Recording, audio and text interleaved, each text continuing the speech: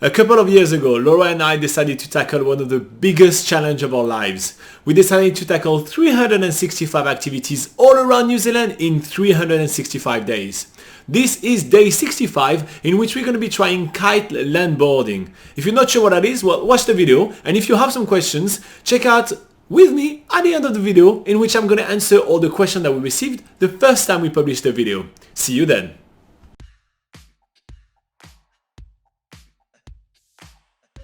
Last night, Robin got a phone call, maybe around 8 o'clock, saying, okay, the weather report has just changed. Low tide is going to be around 10 a.m. in the morning. The weather looks like it's going to be nice and sunny. There's a northwesterly wind of 13 knots, which is ideal for some kite sports. If we're going to do this really weather dependent sport, then at 10 a.m. with the Wind Warrior company, that is when we have to do this. I am so pumped. I am ecstatic right now. I just can't wait to get started and fly through the air above the beach. We did a little bit of a school session over there. He sat us down, explained us how everything works, and he had a little diagram of how the wind is working with the wing. He shows us the kite that we're going to be kiting. So once the theory is done, we are going to the beach. And that's not me making those noises. Look at it. I don't think I've seen a dog that excited in my life. And Snoop Dogg, oh yeah, because this dog, the Staffordshire Bull Terrier, is called Snoop Dogg because he is fly, he is for shizzle manizzle, is gradually making more and more noise. He is trying to contain his excitement, but it is not working for him. So we're at the perfect spot that Glenn picked for us to teach us kite surfing just before we head off all along the beach. We hop off the truck and Glenn is getting one kite out. It's going to be one kite for the two of us for the lesson so we can watch each other and learn from each other's mistake. So the first thing that we're going to be doing is trying just to play around a little bit with the kite and get a feeling on how do we get traction with the kite. We are just flying the kite and all of a sudden we can just feel how oh my god, this kite is so powerful. And the way to get more power is just to do a figure of 8, just like whoosh. And then when it goes back, that is when it's going to get the most power. And yeah, it's just really amazing, these kites. This is extreme kite flying, and damn, I wish this was the kite I had when I was a kid, not my shitty little Barbie one that just fell into electric fences all the time. This is the kite I want. Practice a little bit. There is actually much more traction than what I thought it would be. So it's quite interesting to feel that. It's very easy to maneuver. And yeah, it's pulling me a little bit off my feet a few times. So I'm moving forwards. And yeah, it's actually pretty cool.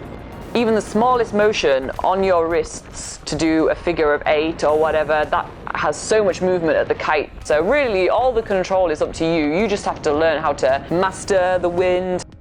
So once we practice this, Glenn is putting us on the kite and we just have to do a little bit of a semicircle to basically get in motion and then turn and stop basically. So if we face the sea, we stop. So it's not a rule, it's just where the wind happens to be today.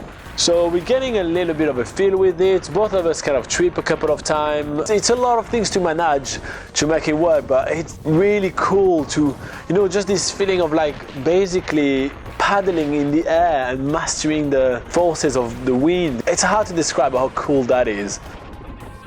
Like any board sports, you need to know how to first control your speed, and secondly, you need to know how to stop just in case you're shitting yourself, or just in case you're about to crash into something or someone. It's good to know how to stop. First couple attempts for myself, it feels like I'm learning to walk again. I feel so clumsy, I'm falling over straight away. It's just a completely odd feeling. I'm just falling over all the time. That's not a good look. I'm a bit ashamed, to be honest, but what can you do? It's quite funny. I'm just falling over every 2 seconds. Steadily, I get a hang of it. Let's just go for it, get some speed and go kite landboarding. She actually started catching quite a lot of speed.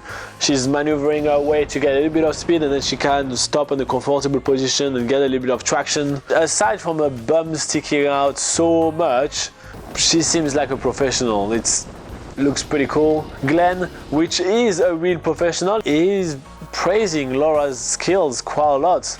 Admittedly, in the first 2 minutes I do fall over, but I fall over gracefully, you know. I see things are going wrong. I just think, oh, I'm just gonna slide on my ass. I'm back on the board and I'm just cruising for ages, and even getting the confidence to pick up like a little bit more speed, give myself a little bit more power and just cruise along. Yeah, it's a really awesome feeling. It's so different from other board sports because obviously you've got to concentrate on what your kite is doing, concentrate on what your hands are doing, but also you're controlling the direction you're going with your feet, obviously on the board. Yeah, there's so much to sort of think about, but then once you've mastered one section, you can let your mind go and concentrate more on something else. And yeah, it's a really cool sport. After also Robin has mastered his landboarding skills, he's a bit better at stopping than me. He picks it up pretty quickly. Glenn strapped a safety wristband onto me and get me to get a hold of the kite. And he's kind of teaching me a little bit how that will work. So I'm going left and right and doing a bit of a figure 8 right here to kind of see how things work and where is the power. I'm starting to manage it pretty properly. I kind of have to do a bit more motion than Laura has to do because I need to get some traction going on right here. That's a bit more challenging because I'm literally dancing on that board, you know, constantly instead of kind of, you know, stopping in a smooth motion and just like keep going with that. So I constantly have to kind of being in motion, which starts working pretty well. So I start getting some speed, I start getting a little bit more confident, and then the driftwood happens.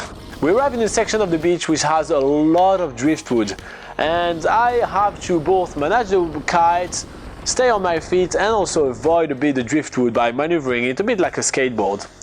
So that starts to become a little challenging. My falling over doesn't seem so bad when we're just cruising along behind Robin and all of a sudden he falls over in the most dramatic way. I'm getting closer with the camera and he just stacks it. I don't know what happens, why he does that, but it's a good feeling to know like, ah yes, I'm not that shit.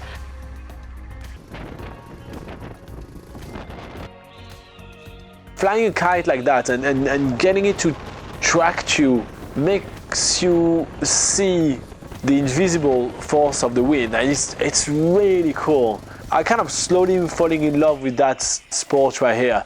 This is really something that I wish I could be doing every day. Out of the whole length of the day, we travel for about 10 kilometers. You know, it's quite a lot for a beginner landboarder. So yeah, it's really fun. We're heading back to Palmerston North, where we're going to spend another night into the beautiful railway hotel backpackers. And before tomorrow, exploring Palmerston North in depth. We have a really full-on program for tomorrow. You will know everything you need to know about Palmerston North.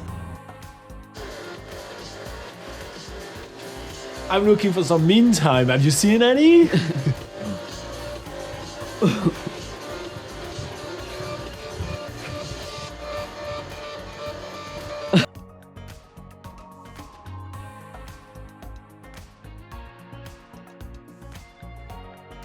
Alright, so what did you think about me hitting the sand that hard? I will be honest with you guys, I didn't get too hurt, so that's kind of fine, but that's always quite fun to see, you know, to see some big rumble and tumbles.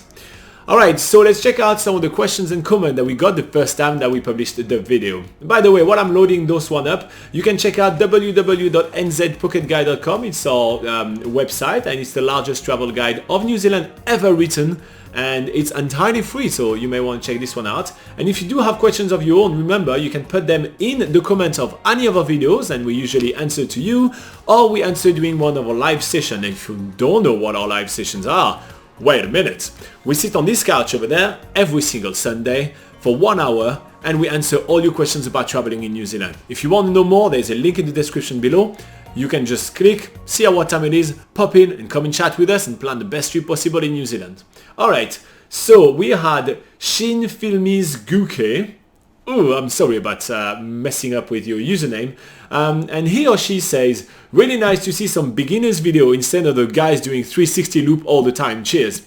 Well, you're very welcome. That's the thing. We do really enjoy kind of trying things for the first time, and we're really not ashamed to say, oh, we're not professional in this, we're not professional in that. Look, this is, if you want to do that as part of your trip in New Zealand, and if you want to check it out, this is probably what it will look like. And that's why our videos tend to be a little bit longer, just because we kind of like to give you a real feel of what that tour is exactly looking like.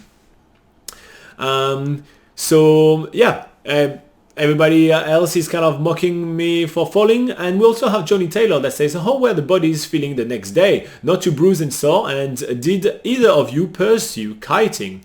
So where we live now, there is really not good places. Like, believe it or not, we're living in New Zealand in one of the places that has the least amount of beaches, so we can't do kite landboarding anymore, but we've done it again since then because we did really enjoy it, and it's a hobby that I personally, Laura not so much, but I personally would really love to pursue. So yeah, so I would love to try it again. It's just, it's not convenient to where we live right now, but perhaps in the future. It's still in the back of my mind. I really had fun with it. Now, when it comes to the body feeling the next day, we did not get bruised. We didn't have like that many bruises or marks in the body or anything, but we were quite sore because, you know, the motion that you do with the kite is kind of like, you know, it's kind of tiring. It makes the muscle working, and yeah, so we were a little bit sore, but that's what happens with almost all exercises. If anything, the next time that I did kite landboarding, I actually took the time to do some stretches a little bit and just making sure that I'm, you know, I was a little bit more, you know, prepared and warmed up. But that's the only difference that we've done. So if I can give you a tip, maybe, you know, for your first few times, if you become a professional or anything like that and you're really used to it, you don't necessarily have to stretch beforehand, or perhaps you do, I'm not sure. But I will say just try to do a bit of stretching, and I think you'll feel a little bit better than us in the morning. But you will see the video literally in the next few days. We're going to post day 66, and you're going to see us, you know, then, and you'll see how bruised and sore we were, which is, you know, not too much. Alright, so if you did find this video useful, like the video. It's a great free way to say thank you for all the hard work, and if you want to see more of those videos, hit subscribe. In the meantime, you have an awesome day. Bye bye.